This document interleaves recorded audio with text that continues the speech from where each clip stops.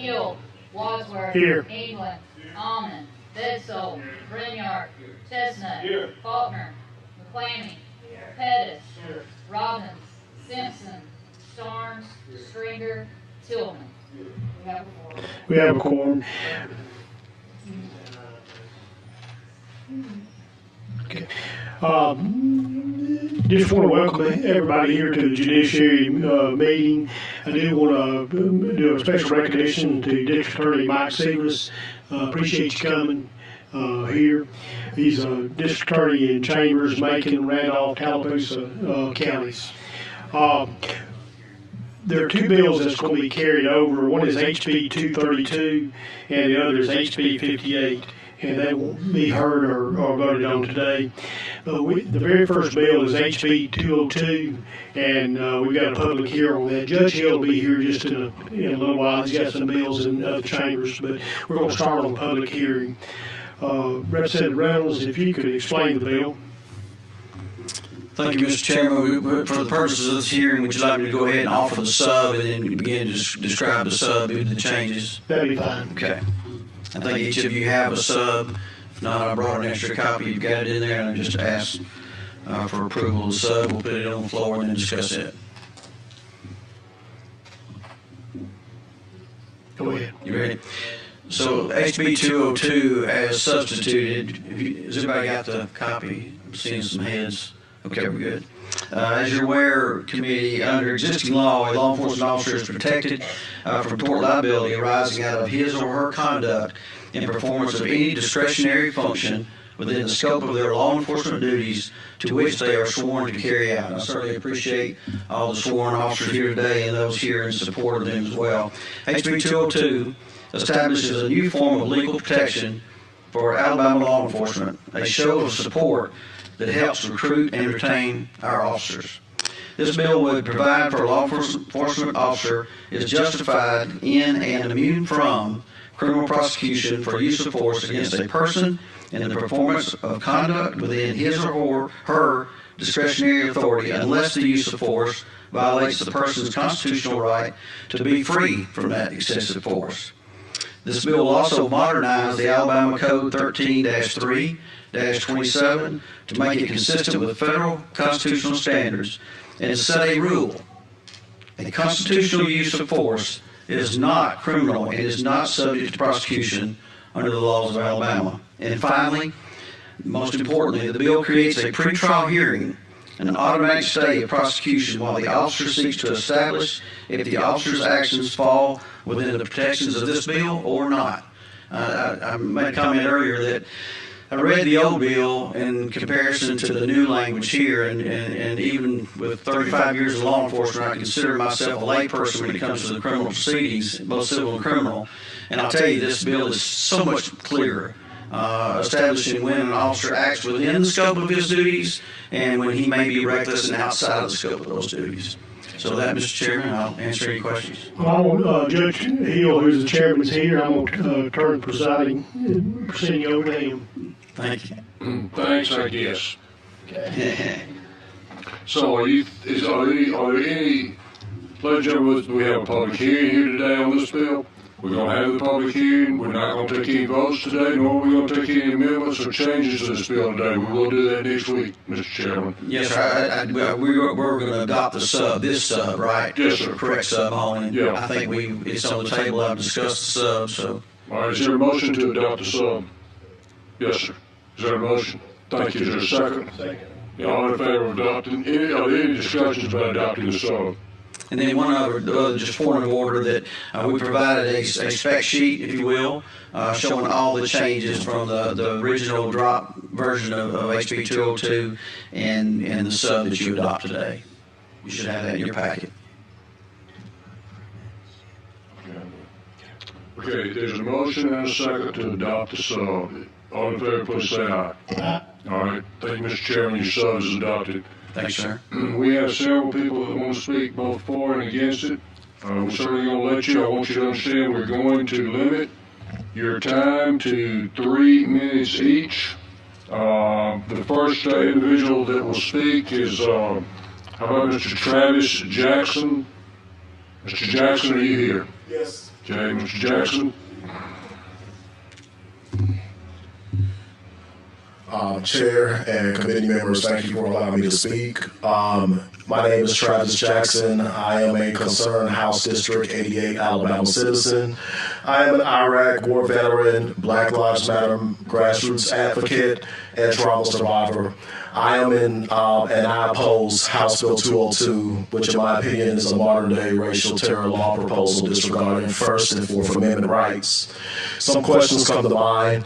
Why are lawmakers not encouraging laws to address law enforcement's intentional use of tasers, batons, flashbangs, and SWAT teams? Where are the law proposals banning chokeholds, no-knock raids, and desolation of homeless camps? Will there be a dismissal of police officer services due to lengthy patterns of misconduct? If there's a person with hearing difficulties walking on public sidewalk, uninformed with a police demand halt, being excessively taken down in handcuffs, then what would be the police officer's reprimand? If there was a police officer informing protesters to disperse, and while dispersing, a protester trips over an officer's boot but catches their balance on the cop's uniform, will the protester be charged with assault? It's been an historical American fact. Where there is an increased demand for police accountability, there's always an increased demand for Back the Blue Act recommendations preventing police accountability. House Bill 202 is just as fraudulent as the Protect and Serve slogan. American history has proven for decades that the only people who are protected and served are those individuals who are who do increase hatred and bigotry amongst marginalized communities. Scandalous vague law proposals such as House Bill 202 will increase law enforcement's deceitful testimonies. These sadistic falsehoods have led to police officers traumatizing African, Indigenous, and Americans of color, Mexican and Asian Americans, unhoused individuals, people with disabilities, LGBTQ plus people, and non-Christian faiths.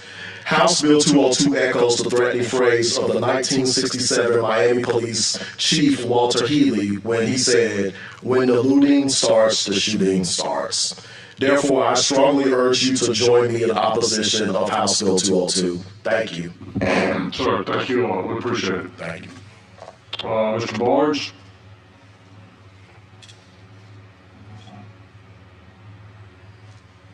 Thank you, Noel Barnes, General Counsel with Leah.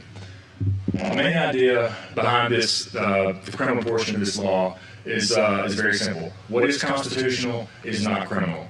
In 1985, the U.S. Supreme Court looked at Tennessee's use of force justification law.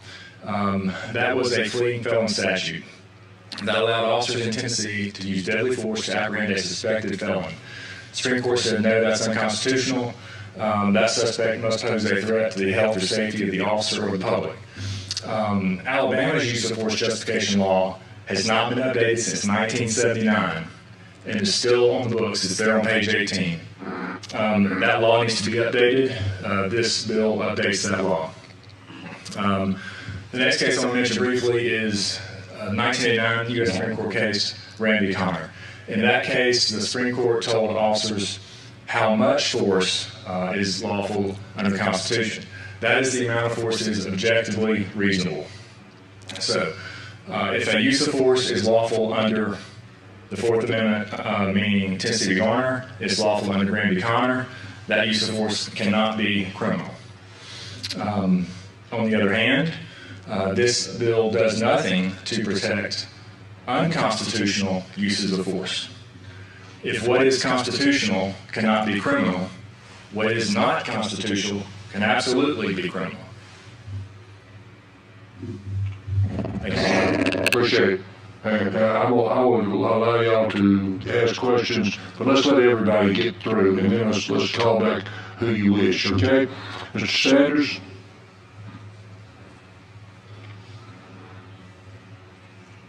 I'm sorry, Ms. Sanders, I apologize. My bad. Thank you for allowing me to speak this afternoon. I'm speaking on behalf of the NAACP state organization. The NAACP is aware of the immunity that police officers and peace officers enjoy simply because of the position that they hold in law enforcement, and that they carry a weapon and are authorized to use deadly force. Also, we know that there are many good police officers that live and work in our neighborhoods and communities and live by the oath of serving and protecting our communities on a daily basis. However, we know that many of the police officers receive little to no punishment when they commit a crime, because they are hiding behind the badge and say that they feared for their lives. It is very difficult to have police officers arrested and more difficult to bring charges against the officers. The NAACP receives calls almost daily about mistreatment by police officers.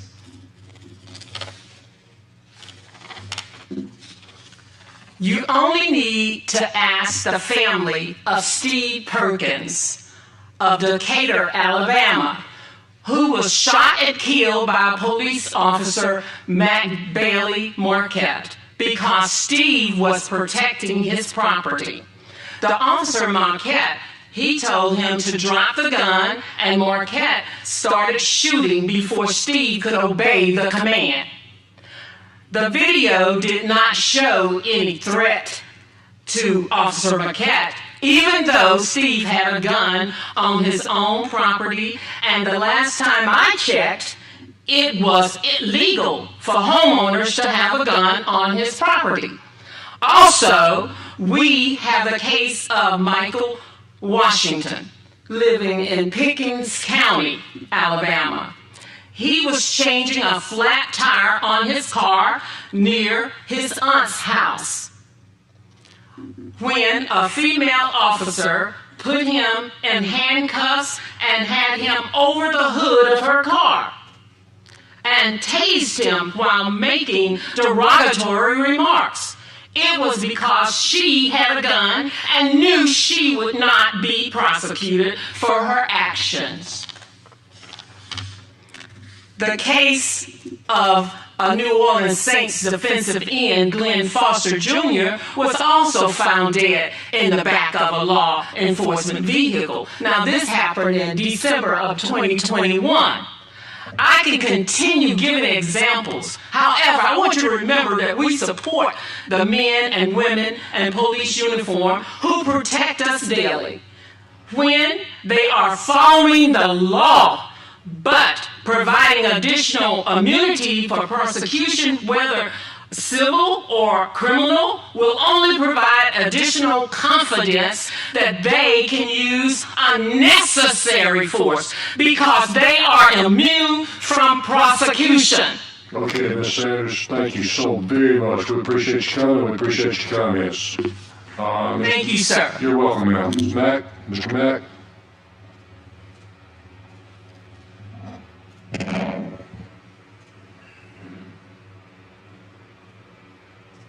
Thank you, Mr. Chairman. I come to you today. My name is Huey Hall-Smack. I'm the Executive Director of the Alabama Sheriff's Association, and I'm representing the many sheriffs that we have in the room here today, and it's an honor to represent them in support of House Bill 202. I appreciate Representative Reynolds bringing forth a part of the Back to Blue legislation. What this legislation really does is it clarifies a lot of existing law, and it brings the clarity, but I also submit to you that it actually expedites the process of justice by adding the additional hearing that can be a probable cause type hearing in which establishment is whether excessive force has been used. It actually brings forth not only the process moving forward in the investigation of the case, but also for the plaintiff or the victims that may be in the case as well. I personally have had a deputy sheriff that is still 9 years in pending litigation, all because of whether the question of immunity applied in his case. When you have a case such as this, it looms not only over an individual officer, but over an entire agency. It causes law enforcement officers to look over their shoulder. What's the process? How do I get through this process? What's my family dealing with? So I think that this particular piece of legislation expedites the process. I think it's just. And let me be clear about something. There's no sheriff. There's no police chief.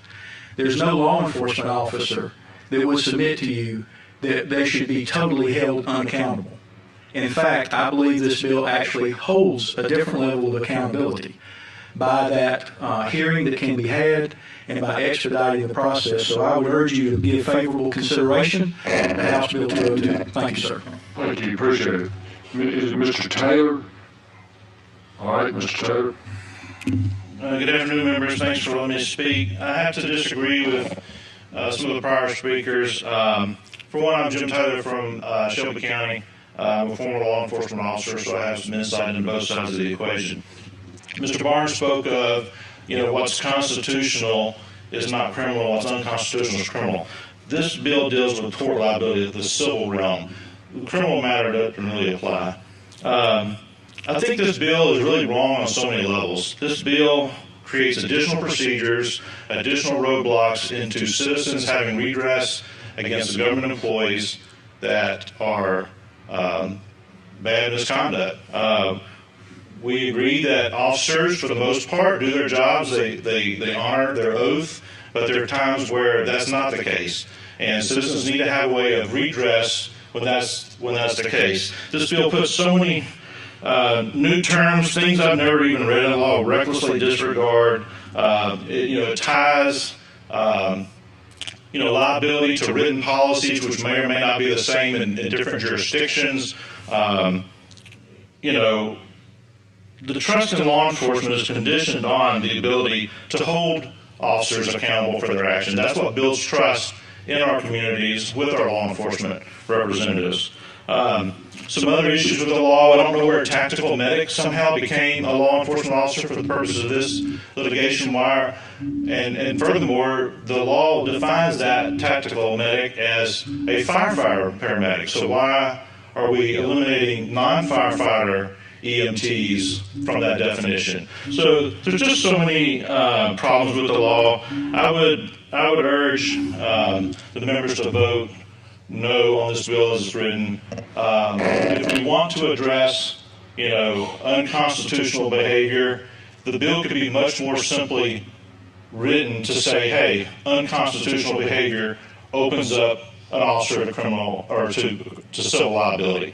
That could be a very short bill. But if you look at all the different, parts of this bill with all the different new procedures, it's already hard enough to get a constitutional attorney to represent one in this state as it is. This would just make it almost virtually impossible. And then finally, this bill seems to only address uses of force. There are plenty of other constitutional violations, as many of these officers in the room know, where other constitutional rights, Fourth Amendment rights, are violated without the use of force. So what redress do those citizens have where their First Amendment or Fourth Amendment or Fifth Amendment rights have been violated, but without the use of force? So for many, many reasons, there again, I urge the members to vote no, and be happy to answer any questions you might have. Thank you, sir. Appreciate it. I'm sorry, I can't read the last name. Is it Upland? I apologize. One other person signed up. It looks like to me it's UPLAND, but I'm not positive. Sir, did you sign up to speak? Please. Please. And please tell me your name. Lawrence Wolford.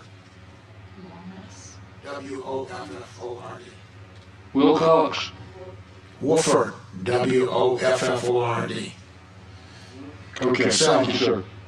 Thank you, sir. Please go ahead. Okay.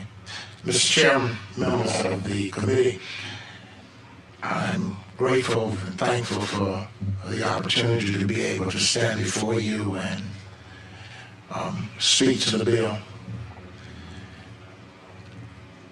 I'm the political action chair for the NAACP,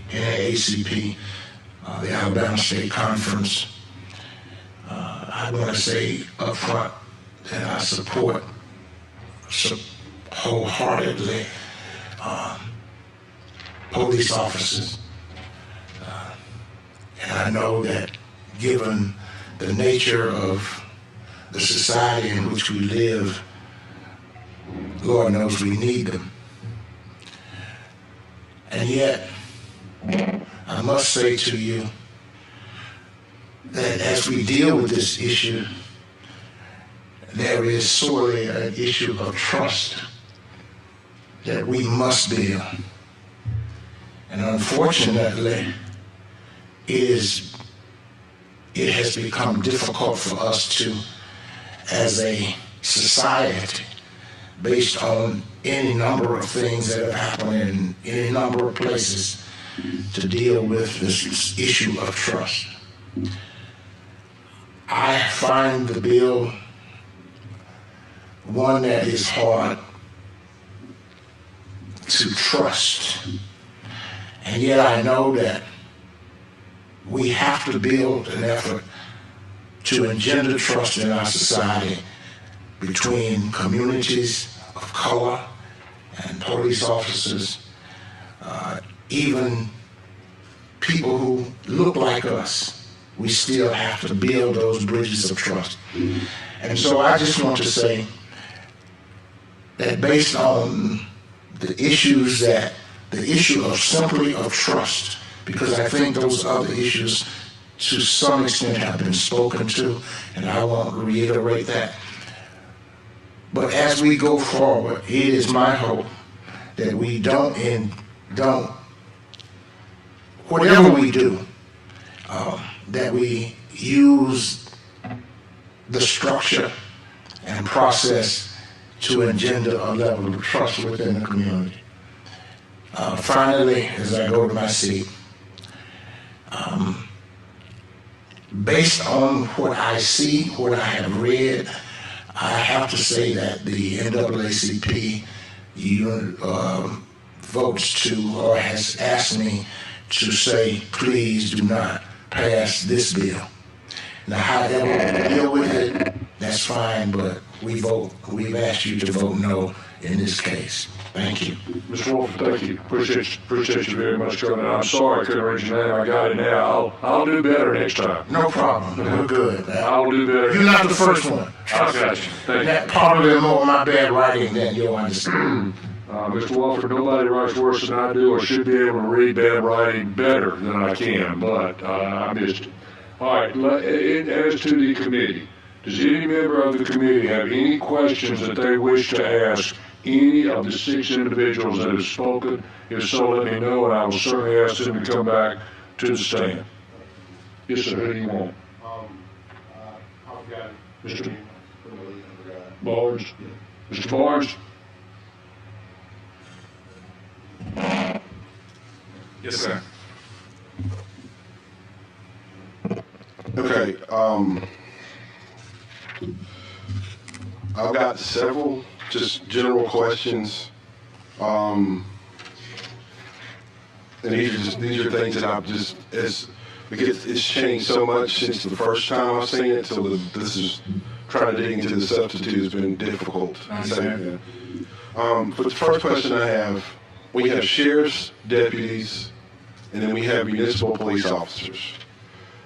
Is it fair to say that there is a different immunity that applies to state actors as deputies as there are to municipal actors like police officers? I don't think that's what's intended in the bill. No, I'm just asking, is the current standard now, as it exists right now? I don't think so. Deputies are state actors, so they have state actor immunity. Municipal officers are basically employees of a corporation, so they don't have the same level of immunity that deputies currently enjoy. Is that fair to say? Look, I'm really more familiar with the criminal aspects of the bill. I wasn't as involved in the first half of the civil portion. Okay. Well, as it stands now, in the state of Alabama, sheriff's deputies are state actors. Okay. They have state actor immunity in certain regards, not all. I understand. There's state agents. Some other differences there as well. Yeah, so there's a substantial difference in the amount of civil exposure that municipal officers have versus sheriff's deputies.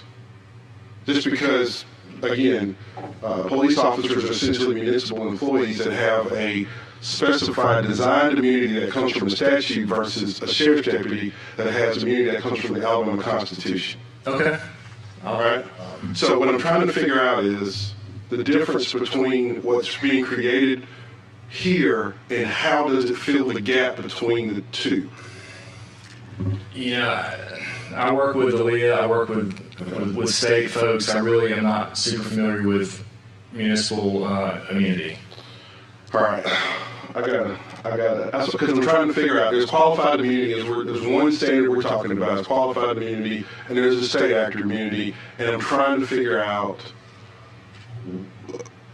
if we're expanding qualified immunity, how do we square is this going to help square the difference between the two? Because that would help me understand just how much additional immunity we're talking about in terms of where we are now versus where we're trying to go. I understand. Okay, so, all right. The next question I have is, it's clearly established. It says a state statutory or constitutional right is clearly established and a reasonable law enforcement officer would have known of it in any of the following circumstances, and that it gives you a list. And that's on page 3. And it's also mentioned again, would have is mentioned again on the next page, on page 4. Can I ask you, what is would have known? What standard is that? And where does it come from? Again, I should really limit my remarks to the criminal portion of the bill. All right, because usually what I thought was we operate on sort of a should have known standard, meaning if something is clearly established, that then it puts you on notice of a potential violation or a written policy or something. So then if you violate it, the judge at that point is not trying to put himself in the position of the person saying what he would have known versus what he should have done, which is generally the standard that we use in civil cases. So I'm trying to figure out if would have known is being used for a specific purpose or should have known could work the same. But I'm saying that you're not really familiar with that part of it. I see that definition there on page 3. I'm not sure why. All right. It says would and I should. Also, because I'm going to ask you another civil part of this question. I got a bunch of them. But also, and I could be completely mistaken about this, but in the civil part of this, if I were to file a civil complaint, sue someone in regards to a violation of my civil rights or constitutional rights or whatever, right? And then I file that lawsuit. If I'm reading this correctly, my lawsuit then is automatically stayed until a discovery and everything is automatically stayed until another hearing is conducted. But meanwhile, as a result of my lawsuit, the standard on my complaint is that I got to plead with specificity or particularity in the law in my complaint. Then I also have to allege with specificity the violations that have occurred, and then I have to anticipate the defense that's going to be used in order to, before the defendant is required to respond. But my question is, procedurally, how will I get the information necessary to do all those things if I can't get discovery beyond just the written policy that the city or whatever came up with? So how do I successfully do those things and satisfy what the law requires me to put in my complaint if I don't have access to the information that makes it possible for me to breathe life into what I'm trying to allege? Mr. Chairman, if I could, please, to better Representative England's questions, Could I bring Will Parker, that worked on the civil side of this legislation, to the microphone? Sure. Yes, sir. Yes. I mean, if we're looking for answers, let's let Mr. Parker be up here. That suits you, Mr. Chairman? Suits me, but I still have criminal ones too. That's fine. I know better than to try to foreclose you. You might need one today. I got 10 minutes. Oh, okay. This is my first 10 minutes. And Mr. England, if we have criminal, we can defer to Mr. Barnes. Can I just say real quick on the civil, and I'm happy to answer any questions you've got, but I want to kind of give the committee sort of an update on where we are on that. Obviously, the bill was introduced, as you alluded to, came out the way it did. We've actually got a group of stakeholders who are working through some of these issues. We've got a lot of input from a lot of different people on it. And there's at least one issue I know of that's still kind of outstanding, and so plan on working through that in due course. And Mr. Chairman will have some kind of update for you on that next week. So that said, with that caveat, I can try to answer any of your questions, Mr. England, on the civil side.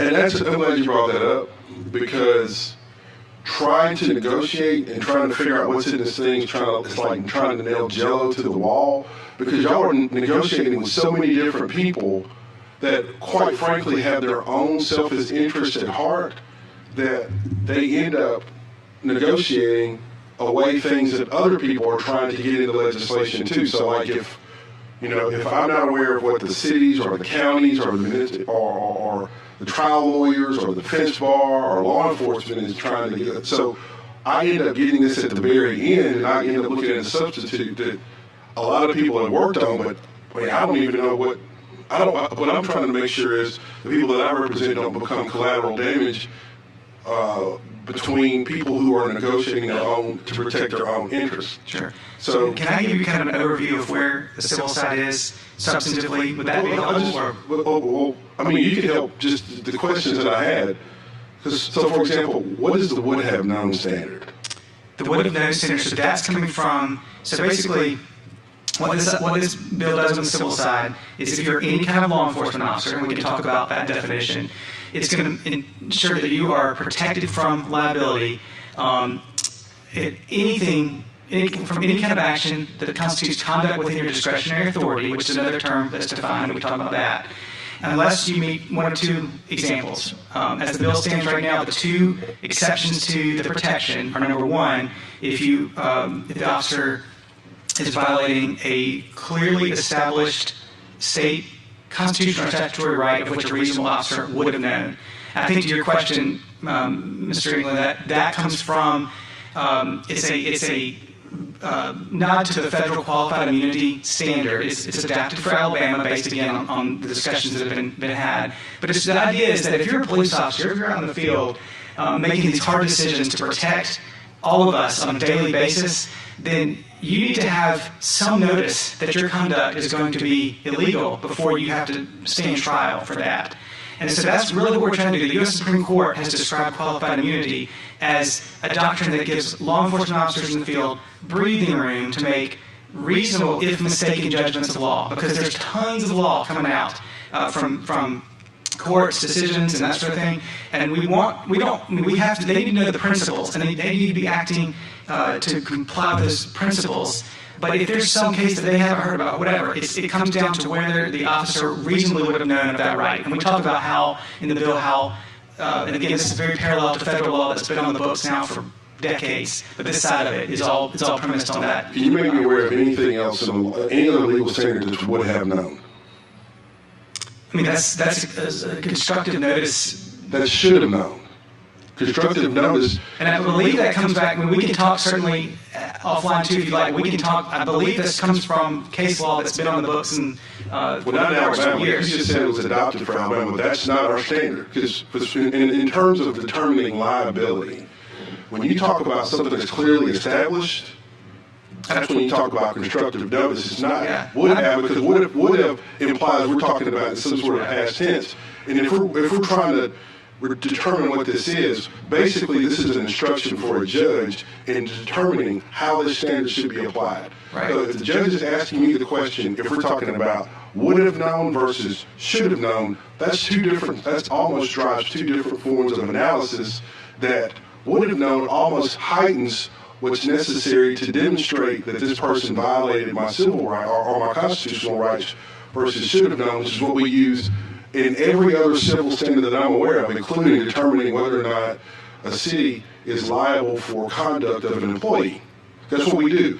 So, like, basically, what puts me on constructive notice? And if I'm on constructive notice of a condition or something that could cause harm, then it's saying that it's so bad, so egregious, that I have constructive notice to the point, not that I would have known in past tense, but I should have known because it exists. So I'll go back and check that, but my understanding is that's coming from well-worn, well-settled sort of qualified immunity doctrine. And again, the idea would be that at the time the officer acted, he or she would have known that the right, and you have to go through the definition of clearly established, and it talks about the ways an officer would have known. But I'm going to note that, and we'll go back and check that. All right, and then also the other question I had was about the civil procedure part of this.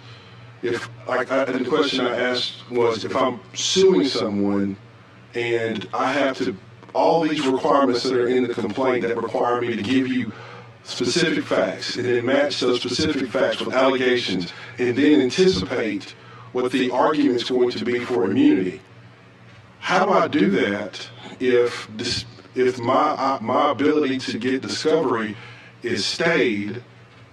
And the only thing that this law requires the defendant to give me is just a written policy. How do I substantiate my claim without access to the information necessary to make it? Right. So again, that just 2 points on that real quick. Number one, that you're right. There are some one of the real, I think, advantages for law enforcement in this bill are some procedural protections that are being added here. And one of them is the pleading requirements. The other is sort of the automatic stay.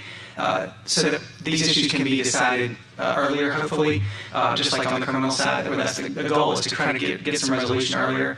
The standard itself, the pleading requirements are they're not identical to the federal pleading standard, but it's very similar.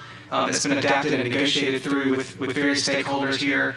And the idea, though, is that just like in federal court, which the standard in federal court applies really to any kind of claim, for any kind of legal claim, you've got to basically be able to put forth facts that, if taken as true, establish your entitlement to relief. And so we're asking someone to say, but in federal court, here's what happened to me, and I've got facts that show this, and I've got facts that show. But in federal court, is the defendant given an automatic stay and then told that I don't have to give you any information but my written policy? Yes, sir. There's a case. I may not get the pronunciation right, but it's an old case now, 11th Circuit called Chodosama versus one of the car manufacturers. Don't remember the defendant's name, but it allows that when there's a motion to dismiss pending, just like in our bill, then you're going to stay discovery. And we've actually... This isn't a motion to dismiss, though. We haven't reached that point yet. The bill,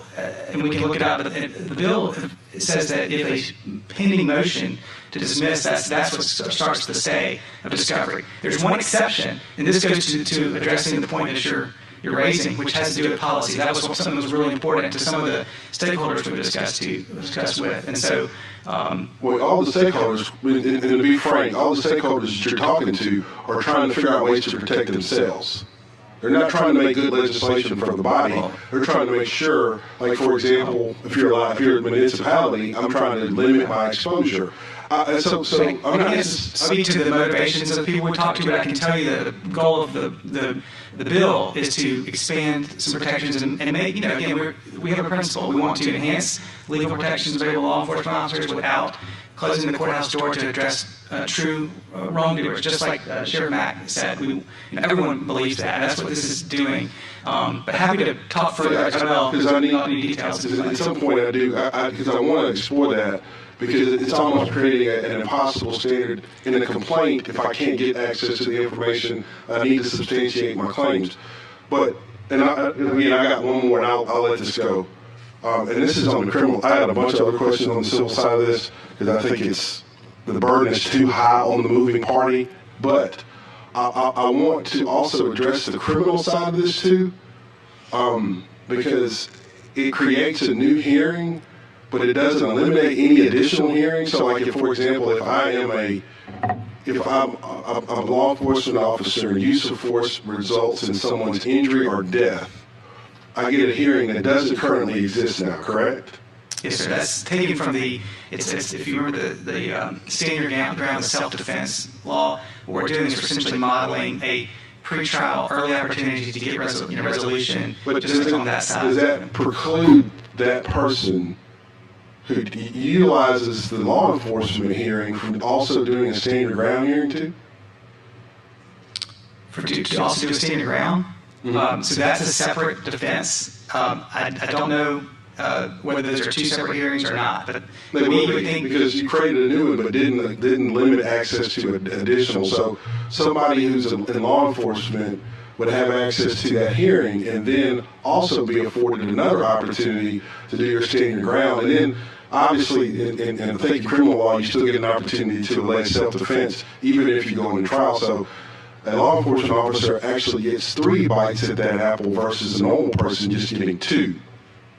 But I mean, that's something. But also, But all those though, I mean, even if that's right, and we'll certainly look into that. But again, the point is if someone's being accused, a law enforcement officer who is out in the field is being accused of a crime, they need to have that chance to say what we were doing was constitutional, and that's really all that's doing. Is to, I'm glad you brought that up, and this is my last point. I promise you. And I'm serious. I'll take the over. Because as you've mentioned, constitutional violation, right? And if I'm not mistaken, in the criminal part of this, you also, a law enforcement, in the criminal part of this, in order to prosecute a police officer for a violation that results in an injury or death, a law enforcement officer shall be justified in making any use of physical force against a person if the use of force is conduct performed within the law enforcement officer's discretionary authority and does not constitute excessive force as provided in subsection B. And then subsection B says no law enforcement officer shall be justified as provided in section. the conduct that is within the discretionary authority, and that's a defined term. Assault, so if you're murder, a police or officer whatever. walking down the aisle of the grocery store and Do you're a I have civilian to private also capacity, this prove bill in is not that- going to offer you any So protection. If you're on the job walking as down the aisle of the defined in the grocery bill, store and you're a then- civilian private then yes, capacity, as this Mr. bill Barnes said, is not going to offer you any it's constitutional protection. But conduct. if you're on the job, Cannot and as should defined not in the be- bill, should not be the law of the state. Then That yes, is so as criminal. Mr. Barnes But said, obviously, you know that it's constitutional if I assault conduct. someone or murder Cannot someone, and should not be- and I'm should not be the law of the prosecuting them, I state, don't that have is to criminal. prove that their obviously you constitutional know rights were violated. If I assault someone Because or what that murder does, I mean, someone, seriously, what and that I'm prosecuting them, I don't have to all it prove turns that into their is a jury constitutional rights instruction were violated to the jury. Because what Because that not does, only I do mean, have to show seriously, that what this that conduct was intentional and so forth and so on, but for that same jury, I also have to. The judge is going to have to tell them that they don't meet the standard unless they violated this person's constitutional rights. So remember, we have a pretrial hearing. So that's where we're going to, you've got multiple opportunities there, but there's a That's not how that pretrial works. opportunity. You may have a pretrial hearing, but again, if you read your code, if you read the code section you just created, that doesn't preclude that person from once again making these arguments at trial. And again, I may be able to establish through a hearing that this person's constitutional rights were violated or not. That's how I get there in the first place. But there's no preclusion in that law that says you can't reallege the same thing you did in that immunity hearing, A, but B, in order to prove that that person was assaulted or murdered or whatever, I've also got to establish discretionary function that this person's outside was not operating within their discretionary function to prosecute them. That goes well beyond a reasonable doubt for somebody who's a law enforcement officer. It almost makes it next to impossible to have someone found guilty, even if you get beyond that immunity standard, because now I've got to convince a jury that not only were you murdered, but you also violated that person's constitutional rights in the process. So if you want to make what I would be concerned about is, because eventually all these are going to end up in a federal court somewhere, somebody who's involved in a lawsuit challenges the statute because it goes far beyond what beyond a reasonable doubt is for trying to prove someone guilty of a criminal offense, but it also creates barriers between you and getting civil redress that go beyond what the rest of the country is doing. And again, I'm sorry that I wasn't involved in a lot of the discussions that are going on. Some of these questions may be answered, and I hope that we can have a conversation in the interim. But I think that this goes beyond just proving someone guilty beyond a reasonable doubt in terms of what the criminal standard is, because now I also have to meet a civil standard in my criminal complaint that then the judge is going to have to inform and tell the jury this is what a civil standard is first, and then talk about any criminal violations. I just think that's too much. And I'm done. Sorry. Anything else? Yes, sir. Mr. Tillman. Judge, I would like to talk to the Aaliyah. Sir. The Aaliyah. Sure. Mr. Barnes. Yes, Mr. Barnes. You stated earlier what is constitutional is not criminal, correct? That's right. So, and you also stated what is unconstitutional. That would be considered criminal. What is unconstitutional may be criminal. Okay, so can you give me an example outside of this? What would be considered unconstitutional to where sure. an officer can be found liable for this? Anytime that officer's use of force is not objectively reasonable. Okay, and that has happened in courts around the country. I don't want to get into examples in Alabama. Okay. But officers have been convicted of of criminal offenses as a result of use of force in various states. Okay, but I know you're saying that it's objective. So any real example, real-time example, what would be considered unconstitutional excessive force under Graham v. Connor? Right. That's really for the court to decide, right? What we want here is a standard. It's hard to specifically define what is objectively reasonable. Various cases have gone up through the U.S. Supreme Court where the court has gone through their analysis. And there are there's other cases as well. The Tennessee v. Garner case. There's a whole a world of Fourth Amendment law out there that may or may not come into play when you're talking about doing this analysis. Okay. And whether or not something is constitutional under the Fourth Amendment. Also, with the pretrial hearing, okay, if the court were to determine that the officer was acting outside of the line and scope of his duties, so at that particular point, they are not considered to be immune, correct? Also, this bill would give them the option to appeal. Is that true? Right. If the officer was denied immunity, the officer could appeal up to the Alabama Supreme Court. Okay, so would it be fair for it to work in the inverse? So if a alleged victim and the court determined that the officer did act within the line and scope of his duties and he is immune, should that alleged victim have that same right of appeal? Here's how that would work. That would be a dismissal of the case. And the DA would have the immediate right to appeal that dismissal because it is a final order. Just like any other final order in a criminal case, the DA would be able to take that up. All right. No question. Okay. Yes, sir. Mr. Chestnut, go ahead. Okay. To go back on that last question that was asked, what was the thought process in literally trying to create criminal and civil procedure and stick it into the actual law instead of allowing lawyers to be lawyers and to do what we do? And if you have to do a mandamus, you do that. If you have to appeal, you do that. I mean, it's almost like overkill. You're putting so many things in, and so it creates a situation and a scenario where we're saying, okay, well, this is pro one side, which is not what the law should be. I mean, you're creating an equal protection issue for no reason. I mean, do you understand where I'm coming from? I do understand. Just like with the DA appeal versus the officer defendant appeal, I think the reason the mandamus language is important is because it is not expressly clear that officer would have the right to go up, because that is not a final order. And it is understood just in general criminal procedure that the DA in that situation, because a dismissal would be a final order, they would automatically have the right to take it up. So that's the best explanation I think I can give you. The other fact, I think practically, I don't think it happens very often. I don't think a district attorney would take a judge up on an appeal like that, because practically speaking, at the end of the prosecution's case in chief, the judge would have an opportunity to dismiss that case, as well as at the end of the case, just before closing arguments, the judge could again dismiss that case for on immunity grounds. Okay, and the next question I have for you is, do you believe that the grand juries serve a legitimate function? I do. Okay. So,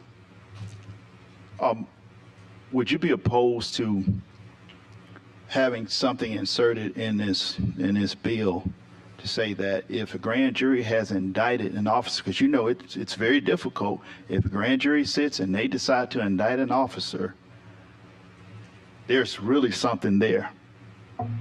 Then why would the officer then get an opportunity, if he's already indicted, to now get an extra hearing, to now say that the grand jury, well, they didn't know what they were talking about, and the DA who brought it to the grand jury, he didn't know what he was talking about.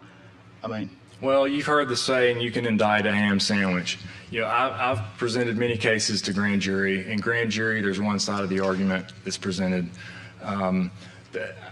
Practically speaking, I don't think there's another way to do this. I think there has to be an indictment before the officer would, in order for there to be a case in front of a court, there would have to be an indictment. Then the officer could come forward and move for the immunity hearing and move the case to be dismissed. But I think it has to go through grand jury. Okay. But so driving a police cruiser, that's part of the function of an officer, correct? Okay. Right? Wouldn't that be a part of a function? I would think so. Yeah. So a few years back, I mediated a case where an officer struck, he was looking down and I guess checking he had dropped something and looked and reached down to get it, and he ran into a lady and hit her. And that case had to be mediated. That case settled. He was doing something that's part of his discretionary function, part of his government job-related function. Under this bill, as written, that officer or that officer's, the city, right, that officer's employer would be immune from, because that's negligence. That's not, he wasn't reckless or malicious or, intentional in that. And so is that an intended consequence to shield employers from that type of liability? Well, that would not be a use of force. But the definition that you have in here is pretty broad. It doesn't just limit it to use of force, because you could create a definition that limits it that way if you wanted to do that, but it's very broad. I understand.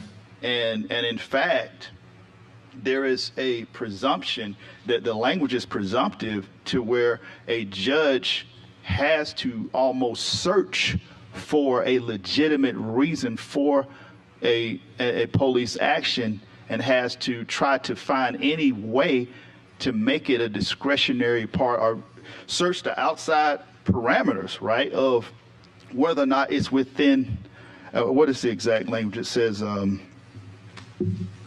it talks about the outer scope, right, the outer scope of whether or not it's within the discretionary function. So now what you're doing is you're asking judges to presume that no matter what, if there's a video, whatever, he has to presume that the officer was using his discretion and that he was in fact correct, he was not wrong. And that type of presumption, I can tell you that, now I I probably take one criminal case a year now because I really don't like to dabble into the criminal sphere anymore.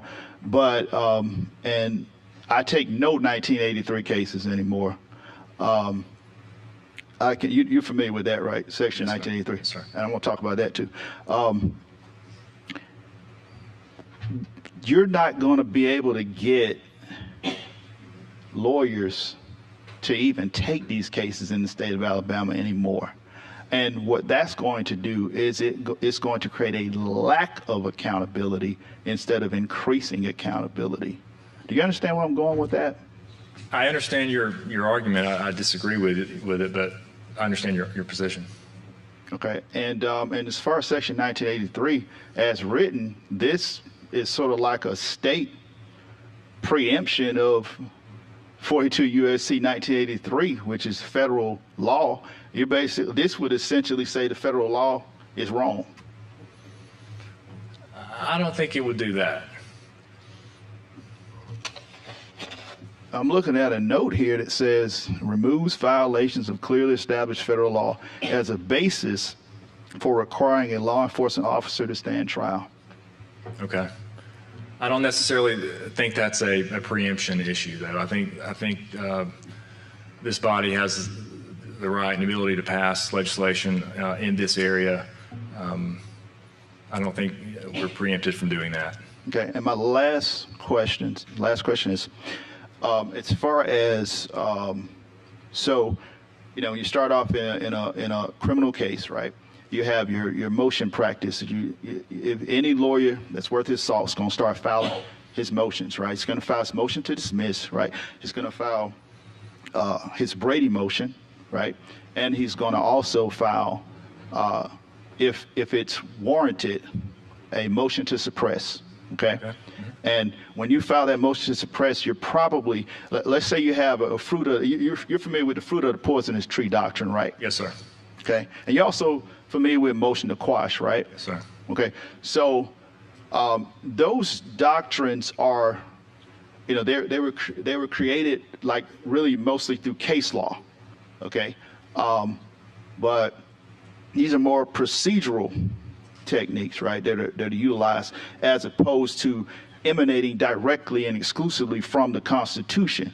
So the fact that they don't directly, right, they're not palpably in the Constitution, is this bill as written, is going to eliminate that procedural criminal motion practice? No. That motion practice has to continue. It has to exist. I mean, the motion to dismiss, the motions in limine, all those things would I don't see how those things would change. But are they clearly established constitutional rights? To file your motion to dismiss? I'm not sure about that. I haven't tried to research that issue. Okay. Would you have a problem, like talking with me about, and let's try to work through some of this? I mean, would you have a problem with that? No problem at all. Because these are things like I get it. I want to make it clear that I support law enforcement. In fact, I was a judge for 11 years, and I got to know a lot of people in law enforcement intimately, on the local level, as well as on the deputy sheriffs and everything. But I can tell you that, and I don't want to start anything by saying this, but I can tell you that there is a difference in the level of the folks on the local level versus on the state level. State level law enforcement is several notches above in the way that things are done and in the education and the training. So I'm hopeful that we could also have something in this bill about consistent training, right, at the local level. Because we if all were equal, then it would be good, but that's not the case. But I thank you and for allowing this. Thank you, sir. Representative McClammy, did you have some questions? Yes. I want to first start out by saying to my officers in this room, I thank you for the work that you do in our communities and throughout our state. and I do support and support everything that you all do to a certain extent. My first question is this. You mentioned stakeholders that you were talking to. Someone mentioned we've had stakeholders. Who are those stakeholders you've been talking to? I've not been privy to those discussions. Okay, somebody mentioned stakeholders. Was it you?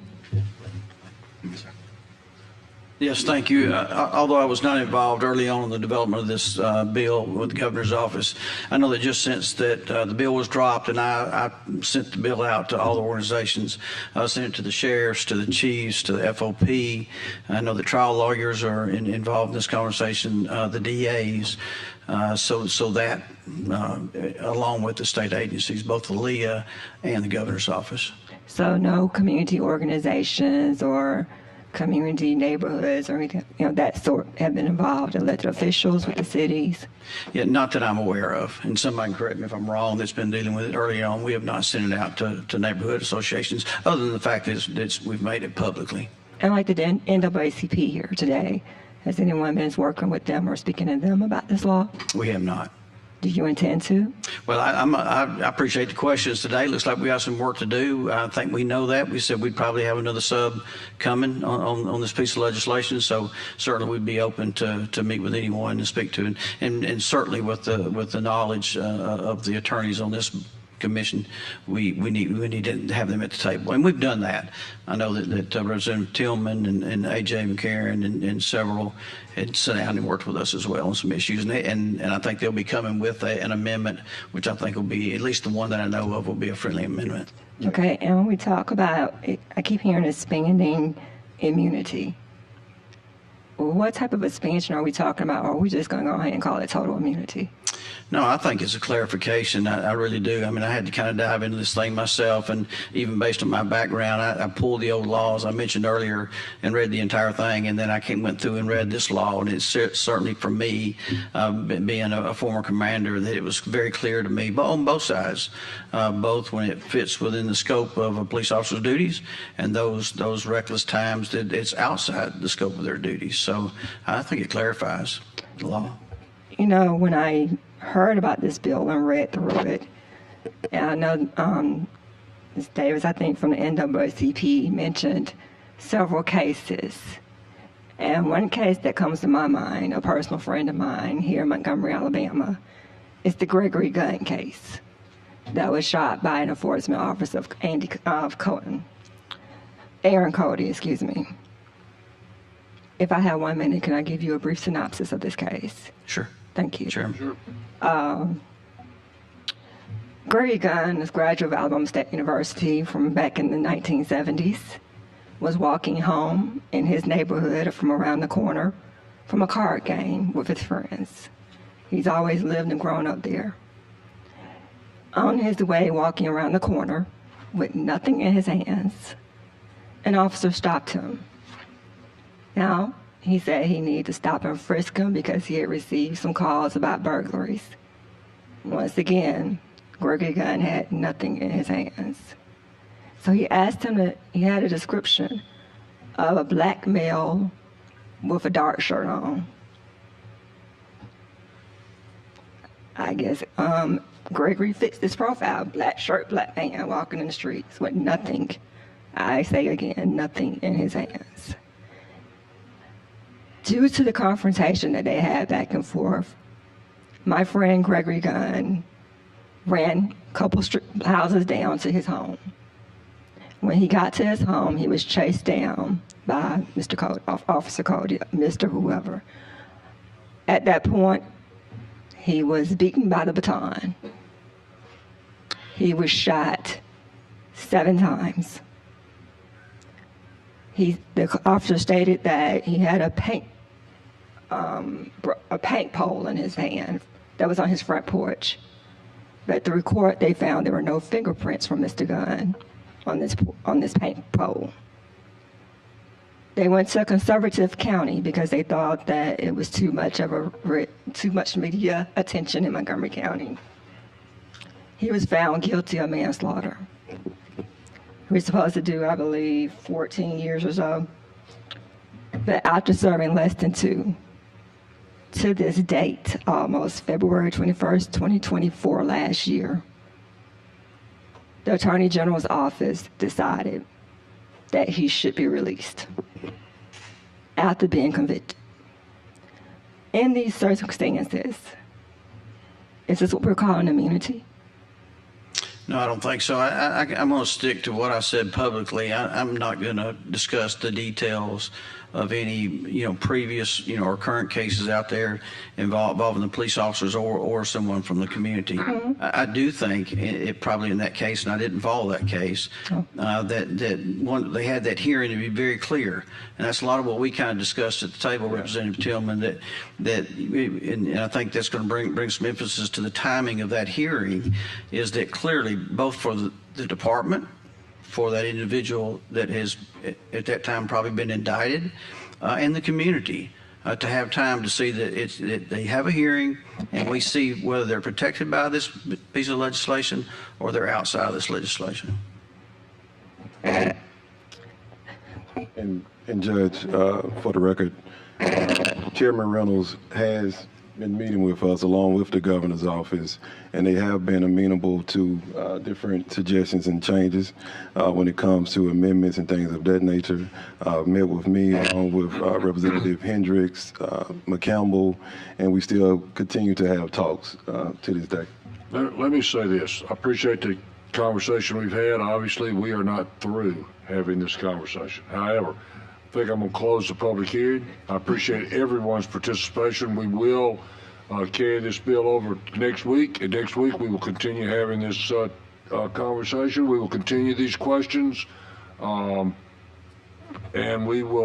hopefully we will have whatever amendments we have, Chairman Reynolds, and we will take a vote. And yes, that is certainly my plan at this point, and we will go from there. But with that, I think I'm going to close the public hearing. I'm going to carry the rest of this bill over till next week, and we will continue this discussion. Thank all of you for coming. We appreciate you very much, and we appreciate your input. Thank you all. Thank you, Mr. Chairman. Thank you, committee, for your time. Ladies and gentlemen, we're carrying over 232, Representative Baker. We're carrying over 58, Representative England. We may carry over a few more who are members of this committee. We will just see how much further we get down the road, because I'm not going to keep y'all here all day long. All right. With that understanding, Representative Gidley, would you talk about HB 66 for us? Yes, sir. Thank you, Chairman Hill. Thank you, members of the committee. And I'll try to make this as brief as possible. House Bill 66. Basically, this is a pretty straightforward bill. This was brought to me by a probate judge in our area. He brought a concern to me, began to investigate a little bit, and found some areas that we could strengthen some of this legislation. We currently have a bill on the books that if someone causes the death of an elder person or someone that they are in line to receive inheritance from, they cannot receive an inheritance if they cause that death. This bill, if you read it, you'll see that it's amended to carry that one step further, that if someone is accused, not accused, but someone is convicted of abusing an elder, they also would be unable to collect any kind of inheritance from them. Now, it's not just they're accused, if they are convicted. That's basically what this bill does. It just adds that to the language in the bill that would subvert them from receiving any kind of inheritance if they are convicted of abuse or mistreatment of someone that they would be in line to receive inheritance from. Mr. Chairman, I'd move to give the bill a favorable report. Okay. Second. Thank you. All right, we've got a motion and a second. Are there any questions for Representative Gidley about this bill? Seeing none, all in favor, please say aye. Aye. Any opposed? Representative Gidley, thanks a lot. And, thank you, committee. Thank you so much. And we appreciate it. Favorable report. Representative Givan, you want to talk about, I guess, solicitations, what this looks like to me? Thank you, Mr. Chairman. This will be quick. Also, you all passed this bill out unanimously last year, where we further amended the code just with regards to human trafficking, adding the words a person knowingly advertises either, did I have an amendment to that? Did I offer an amendment to this bill? I didn't. Okay. No, ma'am, you didn't. You haven't yet. I don't think I have one. There are currently in existing law. There are currently two types of human trafficking in the second degree: knowingly benefiting from the participation thereof and knowingly recruiting. This bill would create the third type, and it would be a person knowingly advertises either online or in print to access the sexual favors or labor servitude of another. Mr. Chairman. Sir. I'd move to give the bill a favorable report. Lord have mercy. Come on, somebody please bring me to a hold. Just lift me up. I just cannot believe it. Is that David Faulkner? See there, you have Jesus? Yes, just sold all of the all these law enforcement officers in here. Help me up. Motion for a favorable report. Is there a second? Second. All right. Any more questions? All in favor say aye. Aye. Any opposed? Thank you, ma'am. Favorable report. And David. I got a bill next door. All I want to know is when they're about to finish. Would you let me know? I mean, my bill number over there is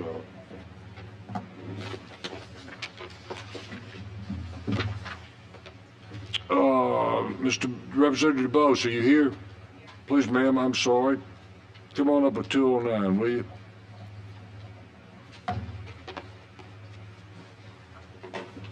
Thank you, committee. I'm here to present HB 209, which is a bill that exempts breastfeeding women from being obligated to serve on jury duty. I also have an amendment that David Faulkner's bringing, which simply names the bill Parker's Law. That's after the 3-month-old baby of the mother who really first kind of started this grassroots movement.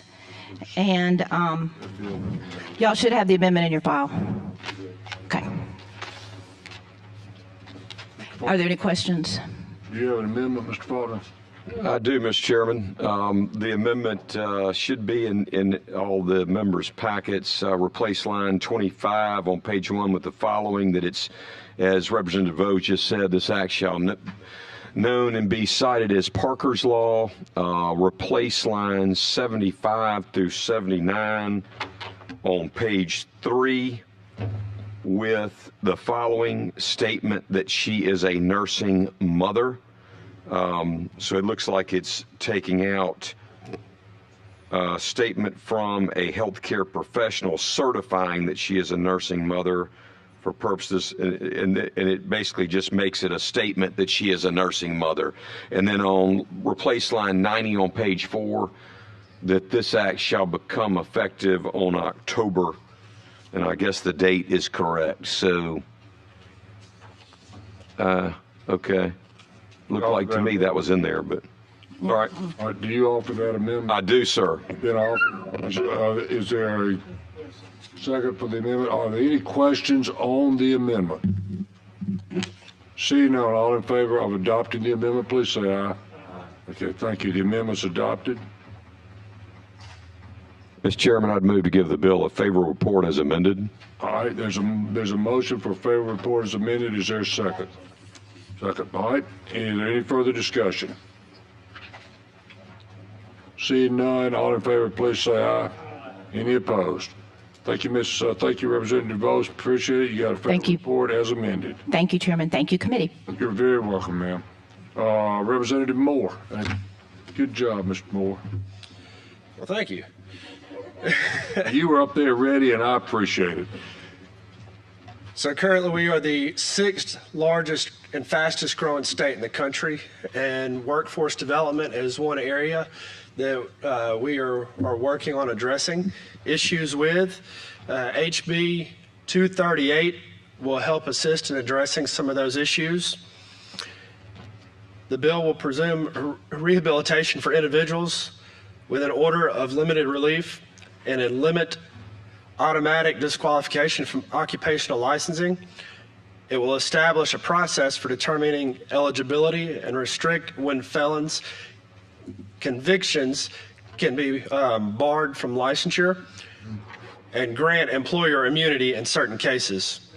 It will also mandate that the Board of Pardons and Paroles issue certain certificates of employability to eligible parolees to aid in job placement. Okay, and I understand we got. And there will be 2 amendments. Right, and I've got the amendment. You got both of them, Mr. Robbins? I've got both of the amendments. All right, let's do the first one, will you? So the first one, it replaces line 230 on page 9, where now we'll read, and does not include a board governed by Chapter 9 or Chapter 24 of Title 34, and then replaces line 401 on page 15 with certificate of employability. Really, this is an amendment from the medical board that they were requesting, and Representative Moore and I talked, and I think it's fine. You consider this a friendly amendment, sir? I do, Mr. Chair. All right.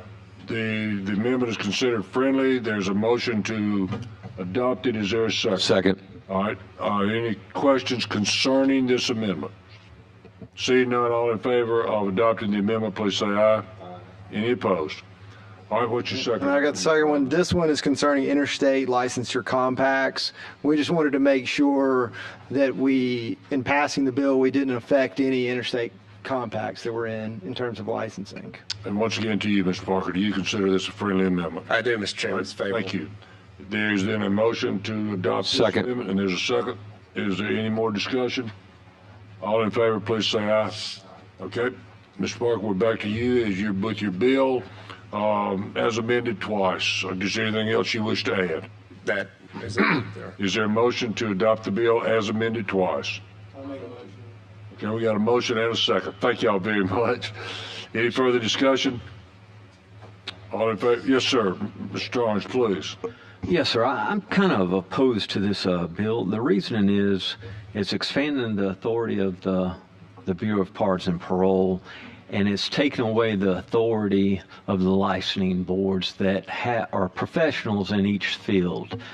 I just think that we're dictating to these boards what they have to do, and I think it's out of. Anyways, that's my reason. No, that's good. Thank you for your comment. Yes, sir.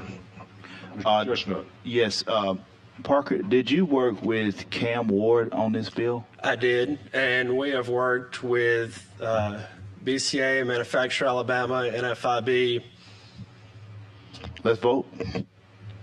Okay, I think we do have a motion and a second to give this bill a favorable report as amended twice. Anything else? All in favor say aye. Aye. Any opposed? All right, Mr. Representative Parker, thank you. Get a favorable report as amended. We appreciate your work on this. Representative Almond, are you ready on the flying the football? Flying over the football field or whatever it is here? Thank you, ma'am.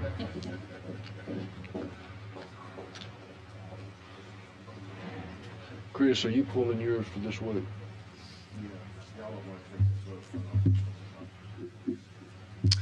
Mr. Chairman, committee, this is a bill about drones flying over schools primarily. It was brought to me by some concerned citizens. I'm not a drone expert, although I have become almost a drone expert after talking to many, many interested parties with this bill. We do have a substitute, and I believe that's all you have in front of you. Is that right? So with your permission, Mr. Chairman, I'll just speak on the sub, if that's okay. Please. Before you do, ma'am, let's do this. Is there a motion to adopt? There's a motion second to adopt the sub. Any questions? All in favor say aye. Aye. Now, please, ma'am, go ahead. Thank you. So the substitute came as a result of lots of discussion with the interested parties. Basically, we currently have in place a law that you can't fly drones over correctional facilities. I believe we did that last year. This adds to that you can't fly drones over schools, K through 12 public schools. And the idea here is just twofold. It's really public safety primarily of our children in the schools, whether they're out on the playground, primarily that, or if it's some sort of drone that is, heaven forbid, carrying some sort of weapons. You know, obviously a law is not going to keep somebody from doing something terrible. They do it anyway, but we do want a law in the books that says you can't do it. Now, there are many interested parties who do fly drones with permission over schools for various reasons. So we've tried to handle all of those and make them exceptions to this rule. I'm going to first go over the rule on page 2, or the law as we've enumerated it. On page 2, starting at line 41, the first section says you can't operate a drone within 500 horizontal feet or 400 vertical feet of a public school without the consent of the administrator of this school. So if you are if you live next door and you like to fly your drone around and you can get the permission of the school to do that, you can fly it over the school, okay? If the next section, it says you may not photograph or electronically record a public school with drones unless you have the permission of the administrator of the school. The next section says you may not operate a drone to photograph, record, or otherwise observe another individual in a place where the individual has a reasonable expectation of privacy. We've gone on to further define what that means, and that's listed there in paragraph B. The next section, starting on line 70, are the exceptions to what you can't do. Okay, the first exception deals with law enforcement. We have an entire section, number 1, for law enforcement. They have the ability to do this. The second section is when you are flying either above your own private property or with the permission of the owner of the private property, you can do this. The third exception is if you are operating the drone for a legitimate commercial or professional purpose. So we work with the realtors and insurance people like that who, you want to do something? I have to ask you a question if I can be. And this is really, really weird, but I've seen this because I've had to. Have you talked with the Alabama High School Athletic Association about this? Yes, I'm getting to that. Great. Yes, I sure am. So number 3 is for professionals who fly drones to, take pictures of a house, or insurance people looking at roofs, or people flying over rural land looking at trees, that kind of thing. And then this last one is if you're news gathering organizations. And Mr. Simpson, I apologize. Really, the one you're talking about, it goes back to with consent of the administrator of this school, and we worked with the Broadcast Association for that particular reason. That was the thing that they brought up, was often they fly drones for football games and things like that. But it's different than broadcasting, and I've seen it, and it's scared me to death when I saw it the first time. Schools and certain teams are flying drones over a game to get the game film. Then they'll broadcast it and they'll go down and watch the plays on the sidelines in between and go back and forth.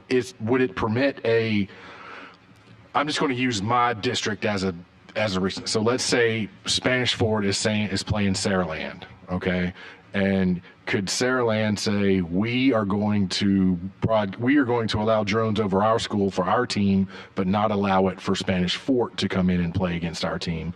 And does that create some form of competitive issue with allowing one group to do this if an administrator of the school just says you're an opponent and I'm not going to allow to do that? I'm not trying to get in the weeds here, but when I went to a football game this fall, there were 6 drones over the field, 3 from each time, filming and videoing. It was crazy to me how they do this now. So that's why I was wondering if you could talk to them. It's a great question. I don't have a great answer. I would just say that it would be the school's responsibility to set the regulations for that, and we would hope that they wouldn't do that because that works both ways, right? But that does work both ways. The only thing that I would ask is that in the event, and since we're watching it all this, if everybody's watching, if anybody has an issue, would you be willing to take an amendment on the floor if that becomes a high school? Absolutely. We prefer for them to get with me ahead of time so we can work through that, because that was an issue that came up. The whole football thing came up, and so we did work with them, and this was their solution. But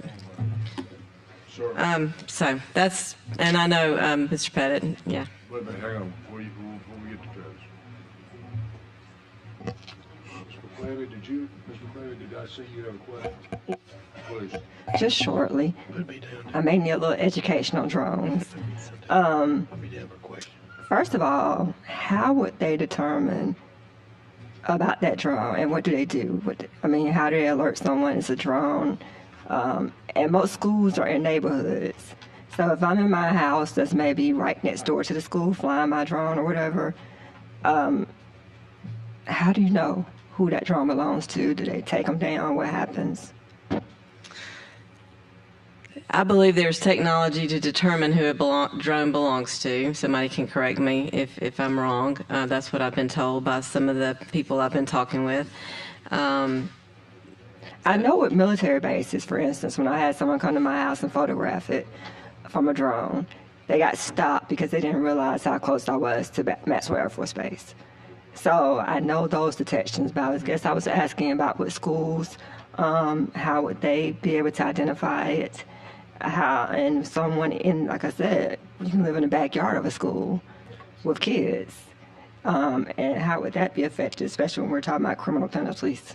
Right, and that's why Mr. Pettis and I've talked through this as well, because I think he's a big drone flyer, as his grandson, and that's why we added some of this language here about reasonable expectation of privacy, and then we added that paragraph B really to deal with his concern about that, as well as they're like the realtors who accidentally,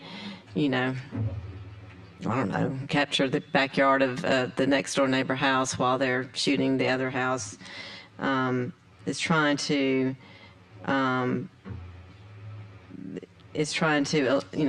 weed out that kind of stuff. And yeah, you have to knowingly operate for the purpose of photographing, recording, that kind of thing. So,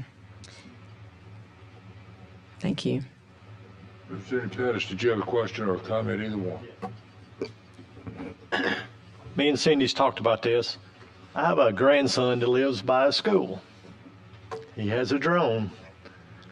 And if he flies his drone up, he's going to be, based on this law, he will be illegal flying it in his own yard because he's so close to the school. There's a club he has, it's a big thing with young kids now to fly these drones. And basically what we're going to do, we're fixing to put a bunch of kids in jail, 12-year-old kids for flying drones over their own yards. Based on this law, my grandson will be put in jail for flying his own drone by his yard. I think we're getting, there's a problem. The feds already regulate where you can fly drones and where you can't. Can't fly over military bases, airports, and then we have one over prisons. But to me now, prisons, most people don't live right up by prisons, but when you get to schools, there's so many houses that join the school property, and we're going to be limiting these kids to do what they out playing in their yard. Like I said, my grandson is 12 years old. This will make him illegal to fly his drone in his own yard because he's so close to a school. If you look on line 78, the unmanned aircraft is operated on or above the person's private property or with the permission of the owner of the private property. They've already excluded the situation you're describing. He lives next to the school. If he flies it up, he's by the school. He'd have to go get permission from the school to fly his drone because he's so close to the school. If you measure it out. Not if you're, but according to this, when it has the exception, and I'm sorry to jump on your bill, but if you look on line 78, on page 3, subsection 2, they have created the exception that it is not applicable, it shall not apply to any of the following when an unmanned aircraft is operated on or above the person's private property. But a drone, when you start flying a drone, he's got a lot. If he flies it up he's going to be in violation once he gets, because his property is so small. Once he flies it up, one of the neighbors, anybody, he's going to be in violation. And like I said, it's a big thing for kids now to do. And this law would put the kids in violation. You and I have discussed this, yes. And that is why we added that section right there. The second thing we did was we redefined school. We originally had it on all the property because we were trying to take into account the school playgrounds as well. But we dialed that back to the school building, and so we still have the 500 feet. So we hope that will include all the playgrounds. Well, I'm going to turn this over to Representative Wadsworth. Unfortunately, I have a bill next door. The only one that'll be left after this will be Robbins. I will carry mine over, so you don't have to worry about me coming back. Okay? Thank you. I'm sorry. No, thank you. And then, of course, as we've also discussed, the main for your grandson, if he just walks over to the school and gets permission to do that, if he's already doing it, I don't think it'll be an issue. That's all he has to do. Would you take an amendment, anybody under 16 years old, exempting them? I will talk to you about that. Not now, but because I would like to actually run it by people who are more knowledgeable than I am. But part of the problem is the perception. If you're on the playground, you've got drones flying around. You know what we've been through recently. It's the fear that's put in, not knowing what these drones are up there for and who's flying them. That's part of the problem. Well, it's a big. But I'll certainly entertain and have that discussion with you. Yes. Would you be willing to carry it over till next week? I would prefer to get it out of committee, but I will give you my word that I will talk to you before I move forward on the House floor. We've got a couple other issues we're working through before I move it to the House floor, if we get to that point. Mr. Chair. Mr. Pettis, I had a question. I used to live across from school too, and I mean we border the school, and we border the school actually on two sides. So I'm opposed to the bill because I don't see the issue of drones flying over schools, and I understand jails, I understand prisons and all that type of stuff, but as far as I've not seen an issue where that's really been a problem. For drones flying over schools. I think we're overly restricting individuals from using their own private property and take care of those situations. But I'm opposed to it for that reason. I think at some point, people can use their own property and use it for whatever purpose they want to. And I don't see it as an issue. But obviously in this bill, you can still do that. Well, you can if it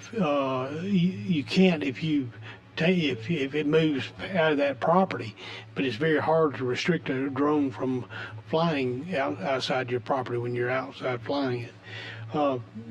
Representative England, you had a question. No, I just want to make a appropriate time make a motion to give the bill of favor report as substituted. Okay. I think Mr. Robbins has a question. I had a question. Yeah.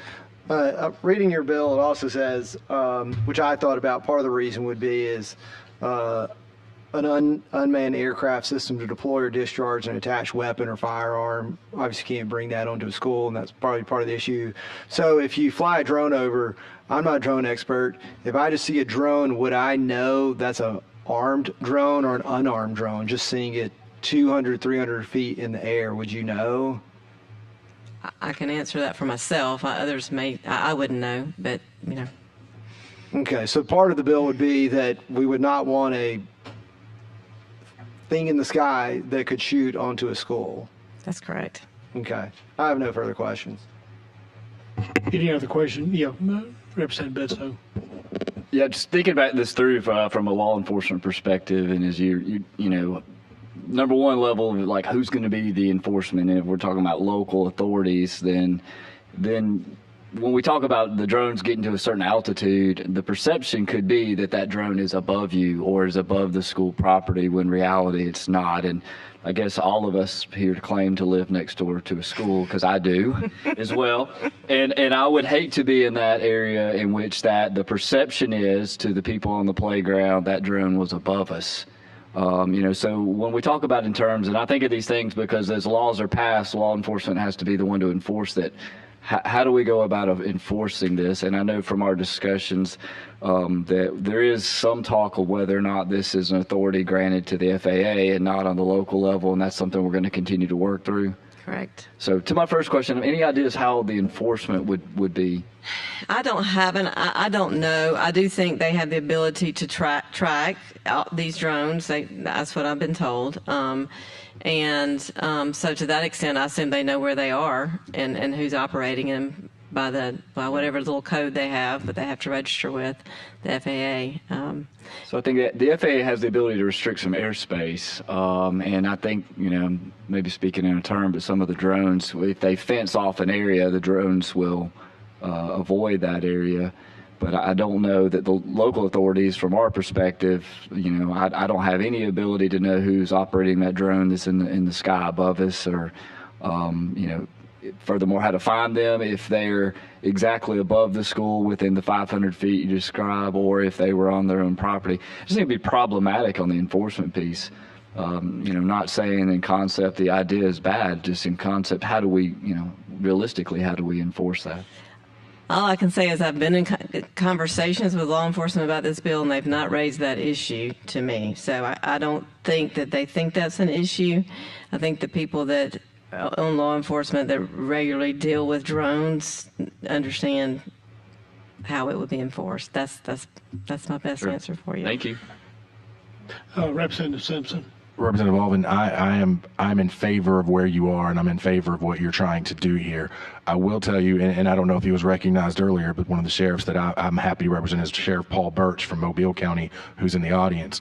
Sheriff Birch has reached out to me about law enforcement in the past, specifically when we had some instances this fall about drones in New Jersey, and what can we do to have law enforcement give them the ability to take down those drones if they don't know who they are, if they can't fight. What type of capabilities can we create to give that power to law enforcement to make sure that we don't have these fears that grow like they grew in New Jersey and the Eastern Seaboard over this fall?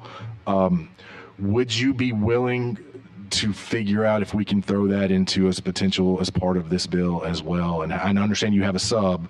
I'm not trying to hijack your bill by any means, but if we can throw some law enforcement abilities to remove these drones and the creation to enforce these laws, I think that would help make your bill stronger. Well, I hear you. I certainly think that's an important piece of it, and certainly with that, I'll just agree to carry it over and have those discussions and welcome anybody's input about that for those who are here and those who are listening. Representative McKinney, did you have any? I just want to make one comment. I know you're going to carry it over, thank you. But I do have a question of which part of law enforcement would enforce these drones all over the schools. What level of law enforcement would enforce that? And secondly, do they already have the capability of detecting this? Because if not, there's going to be a financial obligations to those enforcements, to their office, to buy the equipment to detect it. I'm sure they don't all. I don't know this. We'll have those discussions when we talk with the police officers. That's a great question. I know we do in Tuscaloosa, but I don't know about everybody. Representative England. I'll withdraw my motion. Any other questions? I believe you said it'd be carried over, so yes. We'll just carry over this bill. Thank you very much. Okay.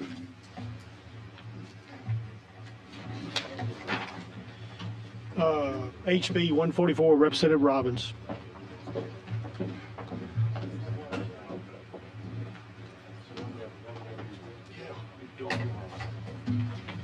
You want to come back? You want to come back and do your other bill? Could you explain your bill, please? Yes, it's pretty simple and straightforward. I had an airline mechanic in my district talk to me that basically did work on a plane.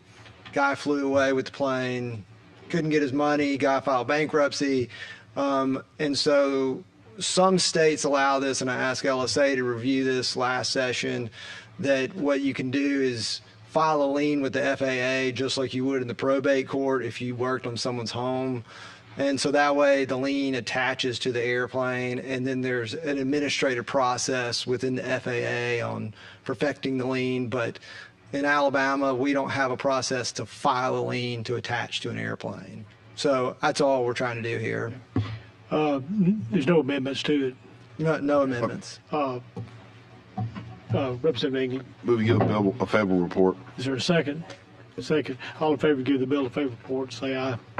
Opposed? Bill gets favorable report. Thank you. Okay. Take it back. I'm gonna do Yeah, we withdraw Judge Hill's desire to carry his bill over. I'm going to turn it over to Mr. Robbins. Let me explain this bill. The Department of Pardon and Paroles asked me to do this based on the fact that they apparently were unable to communicate share certain electronic monitoring GPS data with other law enforcement agencies, and this simply gives Pardon and Parole the ability to do that. Motion for favorable report. Second. All in favor, give the bill a favorable report, say aye. Opposed? None. Bill gets favorable report. Thank y'all. I believe that concludes the hearing. We are adjourned. We'll see you next week. Have a good weekend.